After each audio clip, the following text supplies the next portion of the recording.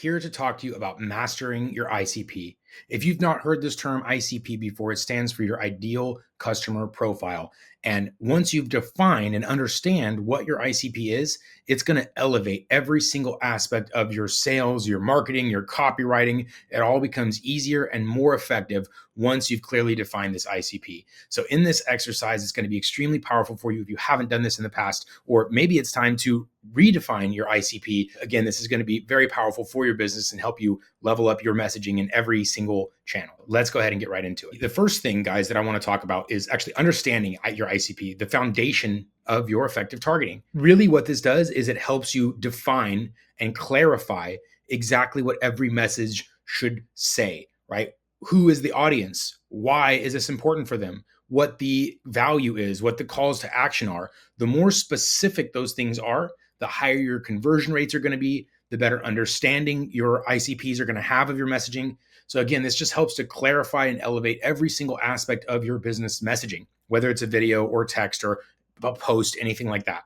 So it's going to help with clarity. It's also going to help with efficiency, because instead of taking guesswork and sending a bunch of posts, sending a bunch of emails, creating a bunch of content that you do not do, or you may or may not know is resonating with your ICP. Instead of that, you're going to craft messages that are perfectly crafted for your ideal customers. So this is why it's foundational and transformative to your business to understand exactly who your ICP is.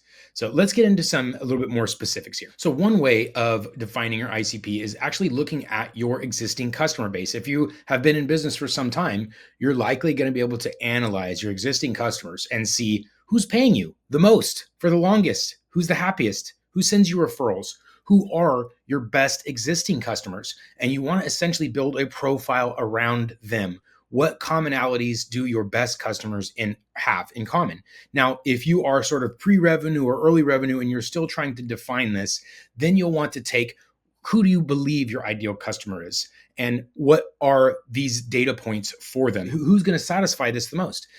We're looking for the people that are going to pay us the highest amounts of revenues and adopt our products and services and actually use them, retain them. And then who's going to refer us? Who's in a position to be able to share our products and services with others like them?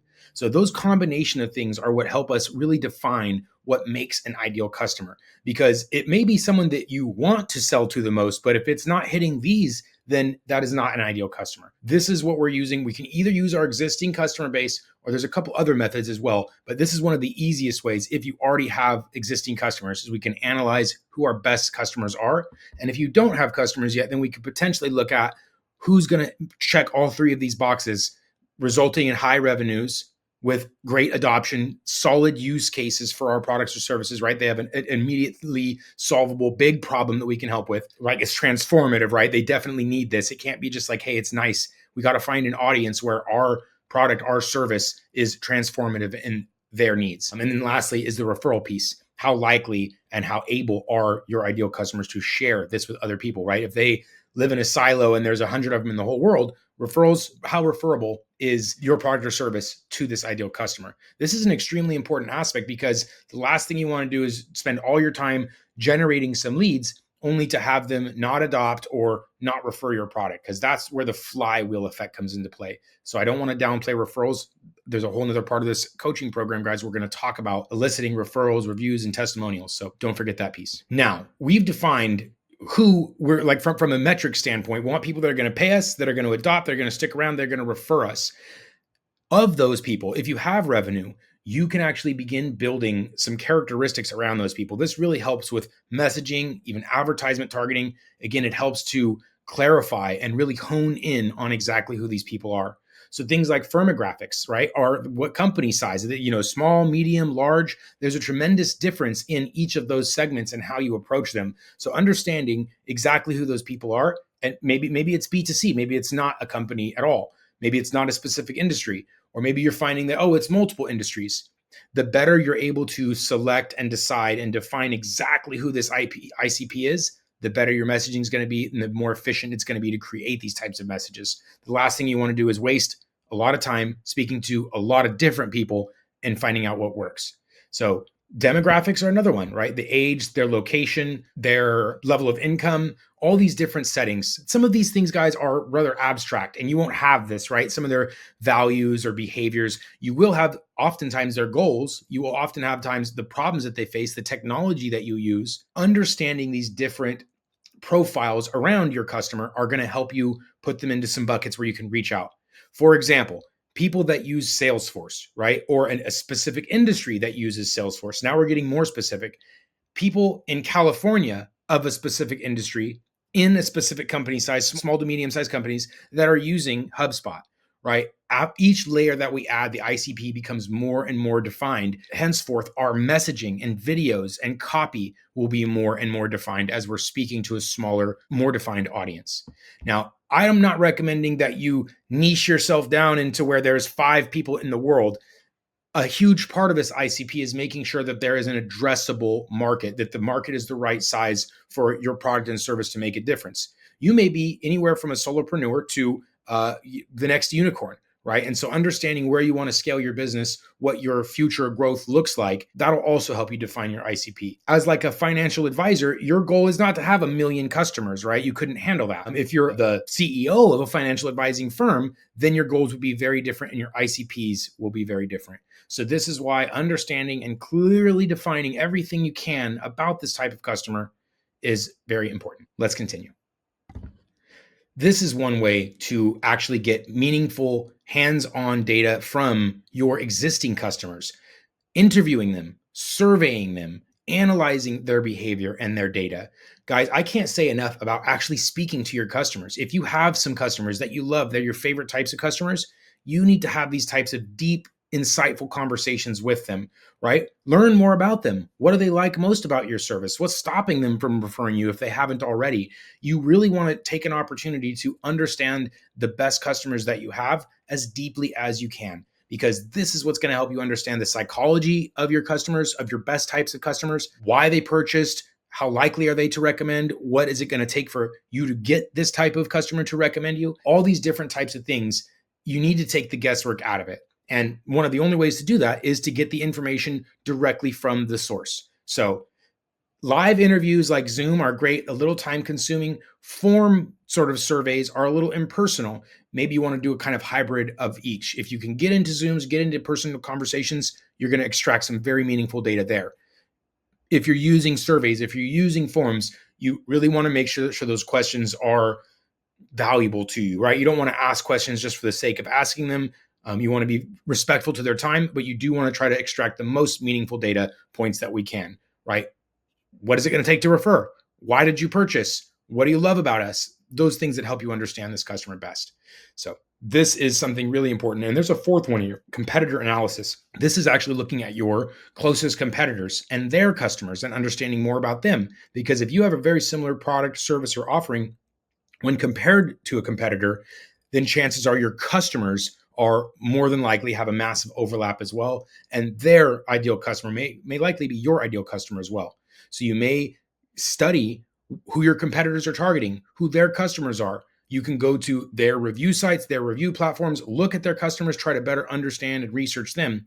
And again, this is going to give you a better profile of what your customers or what your competitors' customers look like. If you're pre-revenue or early revenue, this can be extremely valuable because you don't yet know who your ICP is. And looking at a direct competitor can help you better define that.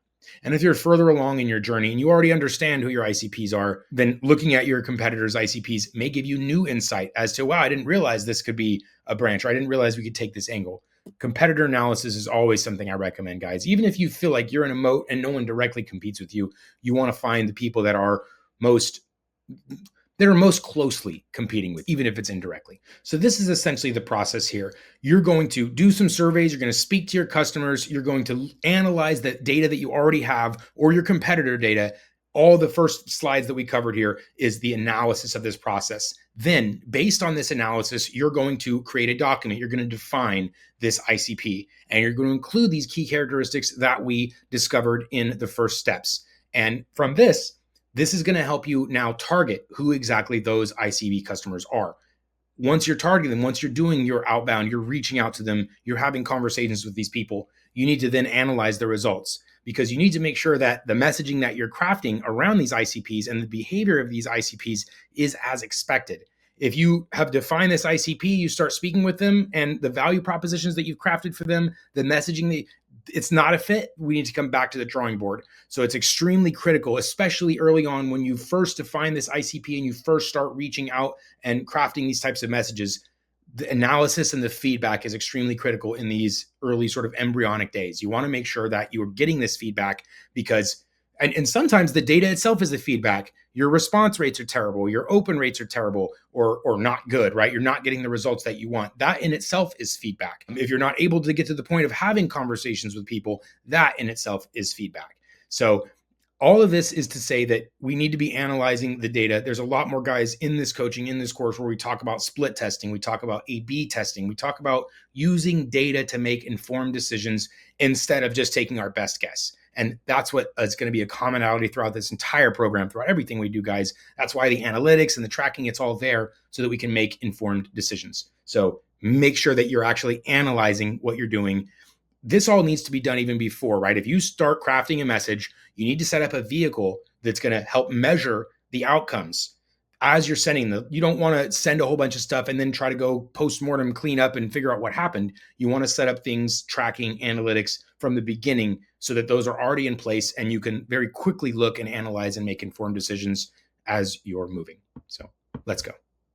Now, this is just an example of an ICP, right? So we set an industry, SaaS companies, company size 15 to 20, sort of small middle market. We're understanding their pain points. We're understanding their goals. We're understanding their tools used.